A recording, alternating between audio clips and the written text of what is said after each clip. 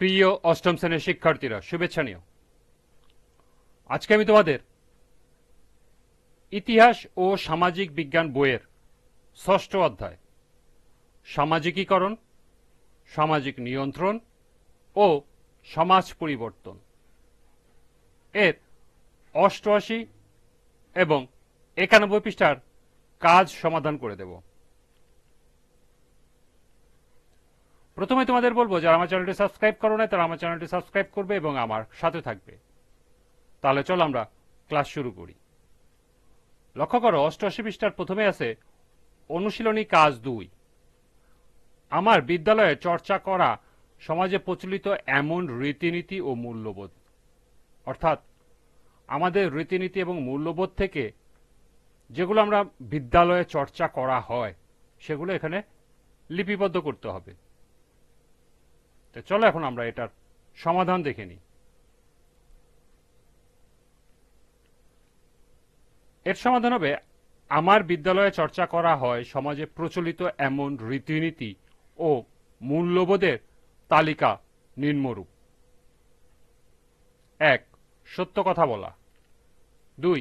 শিক্ষকদের সম্মান করা এবং সালাম দেওয়া। 3. বিদ্যালয়ে বড়দের সাথে দেখা হলে সালাম বিনিময় করা। 4. বিদ্যালয়ে ছোটদের স্নেহ করা। 5. বিদ্যালয়ের সকলের সাথে নরম স্বরে কথা বলা। 6. বিদ্যালয়ে সকলের সাথে বিনয়ী হওয়া। 7. বিদ্যালয়ে সকলের প্রতি সহানুভূতিশীল হওয়া। 8. সহপাঠীদের সাথে পারস্পরিক সহযোগিতা বজায় রাখা। 9. সহপাঠীর জিনিস অনুমতি ছাড়া না ধরা। 10. শিক্ষক শ্রেণীকক্ষে থাকলে অনুমতি নিয়ে প্রবেশ করা। 11. সহপাঠীদের সাথে ঘনিষ্ঠ সম্পর্ক বজায় রাখা। এবং সর্বশেষ 12. বিদ্যালয়ে সহপাঠীদের বিপদে পাশে দাঁড়ানো ইত্যাদি।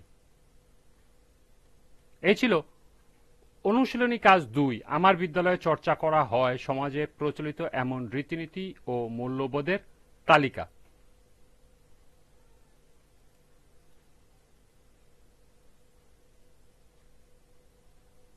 এরপর এগুলো তোমরা বাসায় রিডিং করে নিও।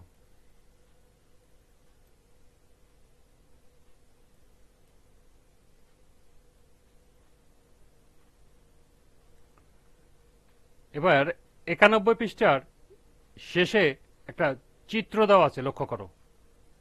একজন ব্যক্তির সামাজিকরণের মাধ্যমসমূহ কি কি হতে পারে তার চিত্র।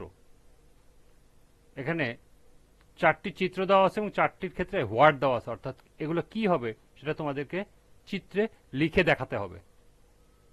তো চলো এখন আমরা 91 পৃষ্ঠার চিত্রের সমাধান দেখে নিই।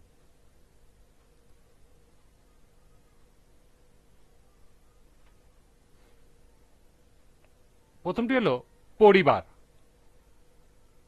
এরপর বন্ধু বান্ধব, নিচে প্রথমটি হলো বিদ্যালয় এবং সর্বশেষ হলো প্রচার মাধ্যম। এই হলো একজন ব্যক্তির সামাজিকরণের মাধ্যমসমূহ। এরপর এগুলো তোমরা বাসায় রিডিং করে নিও।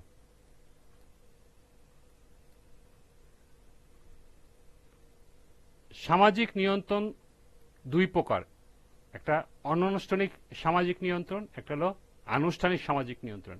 এটা অবশ্যই বাসায় ভালো করে পড়ে নিবে, যেহেতু তোমরা জানো তোমাদের সামনে বার্ষিক পরীক্ষা হবে, অর্থাৎ তোমাদের এগুলো একটু ভালো করে পড়ে নিতে হবে।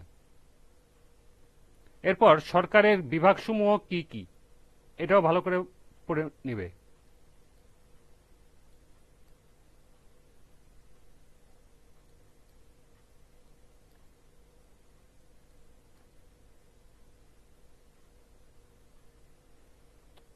আজকের ক্লাসটি এ পর্যন্তই।